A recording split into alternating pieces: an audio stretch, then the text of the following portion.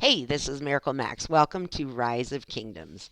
Hey, I'm here today in Kingdom 135. I'm in the Alliance Mean, and we are what I would call we're right at the beginning of stage 2 of the Lost Kingdom. And this is where pretty much all kingdoms are right now, unless you're in the top, I think it's the top 80 kingdoms. Kingdoms 1 through 8 are quite a bit ahead of everyone. There's a middle group of kingdoms that are about 2 weeks ahead, and then there's everybody else. And I'm in the group of everybody else, and we have all just experienced the ancient ruins open. We've gotten to go out and kill some stalkers. As one of my alliances calls it, we had spa time, hanging out at the spa. I think of it more like a campfire, roast some marshmallows as we hang around the little building. But we're all about at that same point, and we finished the first major push in the game. And the first major push was all about taking the Crusader Fortress and donating all of our resources, and then killing barb after barb after barb so that we could, number one, choose the pretty color for our kingdom. We went with red. And number two, we could get some great bonuses. So where is our, there we are, there's ours back in the corner. And the great bonuses, of course, that we got for anyone who completed the 3 phases of rebuild. Your hospital capacity doubled, troop health went up by 15%, gathering speed 25, and then defense and attack up by 15%. So some great rewards for finishing that. And that really set us up for stage 2 of the game. And stage 2 to me is all about this battle for land. You know, we have a lot of structures we want to take, and really stage 2 is going to lead us through the ancient ruins. The sanctuaries are next. Then we have the circles and the dark ruins, all the way up to this wonderful level 6 pass leading to the center. And if you are thinking this is like the normal map where taking the Lost Temple is the end game, well, you're wrong. In this map, there's a lot more that happens after the Great Ziggurat falls, and that's what I want to talk to you about today, about the end game. Because if you are in an alliance that's near the top, if you're in the top kingdom, you need to be thinking about the end game and all the work it's going to take for you to get the great rewards. If you're in an alliance or a kingdom that's in the middle, you need to think about defending, and you need to think about what structures you can take and hold. And if you are in one of the bottom kingdoms on the map, you need to decide how much effort you're going to put into defending your territory. And here's why. So after we take this fine structure in the middle of the map, sorry, let me scroll far enough out so we can see it. After we take this great ziggurat, the end game begins. And the end game involves what structures you hold at the end. Look at that glitch. My tavern is enormous. Hello, big tavern. It's pretty funny. All right, so let's look at this list and look at the Crusader achievements, because the biggest rewards come from what your alliance holds at the very end of the game and what your kingdom holds. So if we go to kingdom first, I'm working towards my 50,000 alliance points so I can clear all 15 levels of kingdom, or 14 levels of kingdom might. So here's where the big rewards happen. Your kingdom controls the Great Ziggurat at the end of the event. So that's many days after the Great Ziggurat has taken. On day 58, you control it. Your kingdom controls 10 high runs at the end of the event. Your kingdom controls 3 sanctuaries. Your kingdom controls 5 circles, and these are where the rewards are big. And you occupy 1 Crusader fortress belonging to another kingdom. And that isn't at the end of the game. That's just at any point. The end is you control a kingdom, a Crusader fortress belonging to another kingdom at the end of the game. If you control 1, 2, that's controlling 3, and then controlling 5. So this is for the kingdom, the things your kingdom controls at the end of the game. And you want to be thinking about those now, how you're going to do it. As far as your alliance, this is where the biggest rewards happen for what you control at the end of the game. So if we go down 2, these are just things you control at some point, occupying a sanctuary, a circle, the ziggurat one time, a Crusader fortress one time, but here's at the end of the event. Last one standing. When the timer runs out at the end, you control the Great Ziggurat. This is where the money is, and you get 50 of these Charlemagne sculptures. We don't know anything about Charlemagne, but we're going to find out soon. Your alliance controls 5 Hiron at the end of the event. We're getting into our gold sculptures that we love, controlling 2 sanctuaries at the end of the event. Now, there's a lot more Hiron on the map than there are sanctuaries. That's why you need a lot more. Controlling circles at the end of the event. This is a typo. It says control 1 circle, and then it has a 0 to 4 count. Which way it goes, whether it's control just 1 or control 4, we don't know, but it's worth 20 golden sculptures. And then the big ones are for controlling other kingdoms' Crusader fortress. So that building you just worked so hard to rebuild, everyone is going to want to take it from you at the end of the game.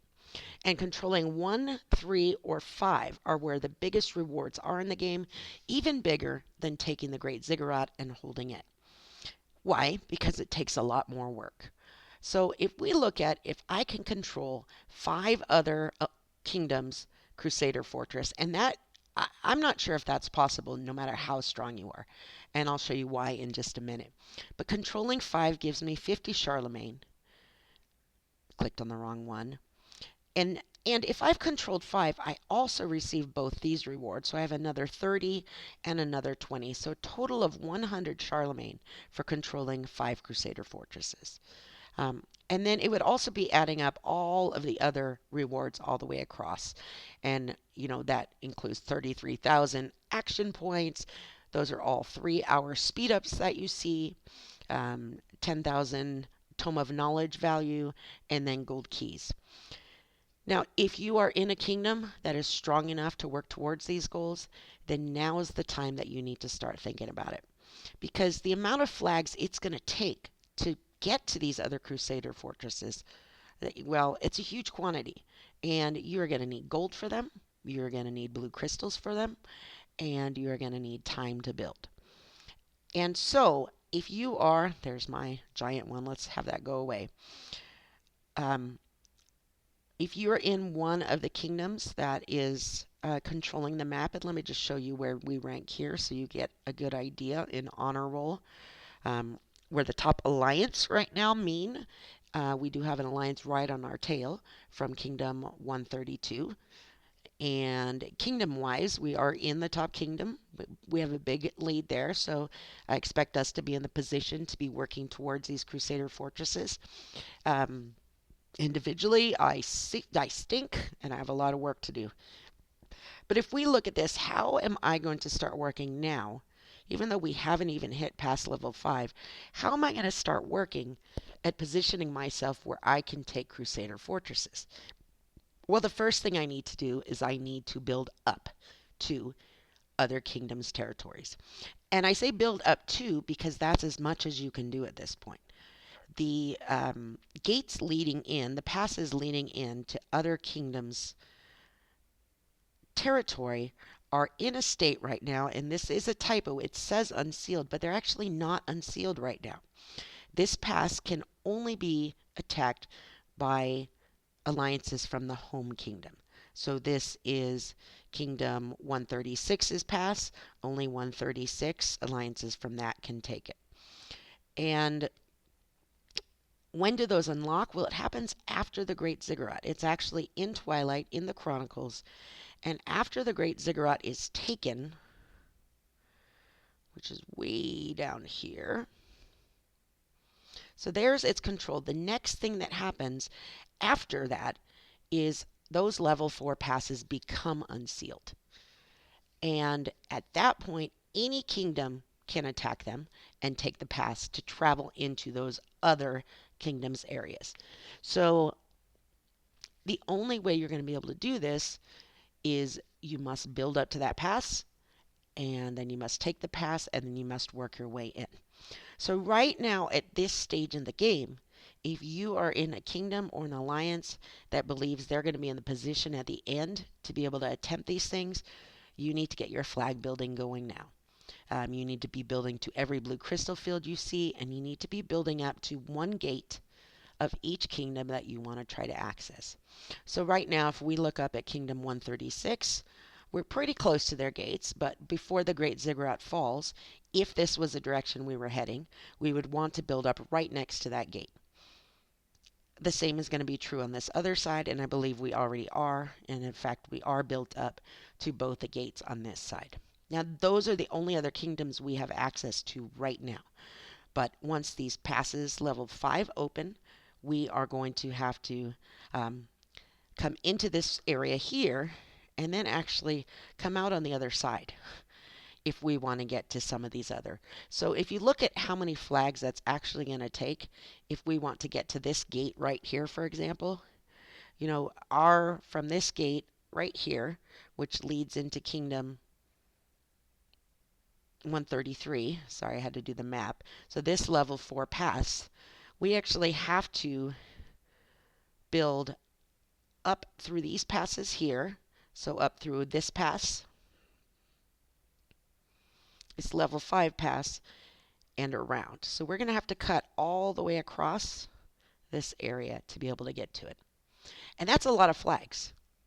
The other option would be cutting through this territory, but you know, we're a long way away from even being able to enter that territory.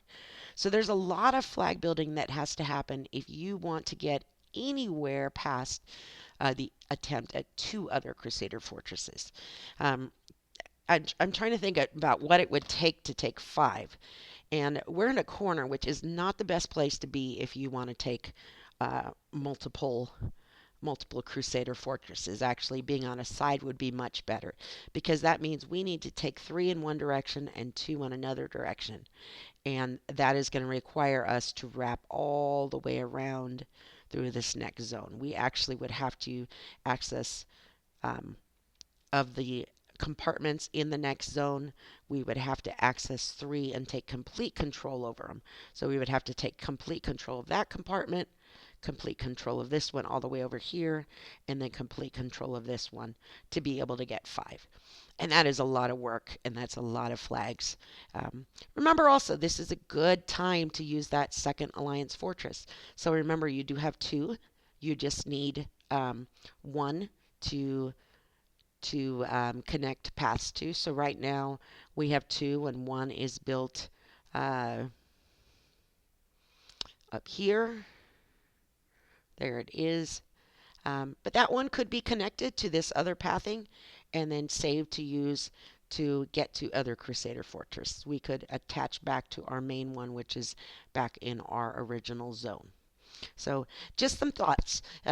Again, now what if you're not in that kingdom that is going to be burning through the field? Well, if you're in one of those other kingdoms, be prepared. Be prepared to defend your passes. This is a war game. Defend your home. Protect. Get as many alliances as you can built up to this gate, so that when the attack comes through, that you can defend it with as many different armies as you can. Remember, they just need to break through one gate, and each alliance has 4 gates leaving their original structure. If we look at ours down here, we have 1 to the top, 1 there, 1 there, and then 1 down there in the corner. So they just need to take 1 gate to get in, so just be prepared to defend them all. If you are in a medium level kingdom, you know, maybe you are, let's take a look at that again. If we look at the honor roll, and let's say we're closer to the end game, but let's say you're one of these kingdoms, maybe 3 through 6, right there in the middle, and you can see there's a pretty tight grouping there, right? If you're in one of those kingdoms, well, what are your objectives? Are you going after circles? You know, are you trying to take as many circles or Hyra as you can, and getting these points here? I mean, there are some great rewards besides going after other Crusader fortresses, and those are a lot of work. But can you get to a sanctuary? Can you take a circle? You know, which of these things can you take one other kingdom's Crusader fortress? Are these things that you can take and get some great rewards? We all want to leave this battlefield with as much currency as we can. That's why we came here, to fight and to win. But let's win at what level we can and take as much as we can. All right, that's going to be it. That is my take on the game and what the end game is. Just starting to think ahead. We are in this kingdom. We have 41, almost 42 days left. In the first kingdom that launched, I believe there are 21 days left. So a 20-day lead, 3-week lead. And those things are getting tight. The ziggurat is about to fall. So this is now for this kingdom, for those of us who are just entering the second or the middle stage of the lost kingdom, we need to start preparing for that very end game and make sure we're building our flag smart and thinking about what territory we're going to want to take, building paths towards our end game goals, not just towards the center. And that's the most important takeaway I hope you get in this. The goal isn't just to hit the center. All right, well, that's going to be it for this video. Thank you for watching. A lot of talk in this video and not much action. So if that's not your style, well, I'm sorry, there it was. Hey, if you did like this video, please throw a like on it. If you have any questions or comments on the end game and how you should be prepping for it, please leave a comment on the video and I'd be happy to reply to that. And if you're enjoying these videos I'm putting out, subscribe. It tells me to keep making them, and that's the best way to tell me that you want more. All right, I appreciate you spending your time with me. Have a great day. Bye bye.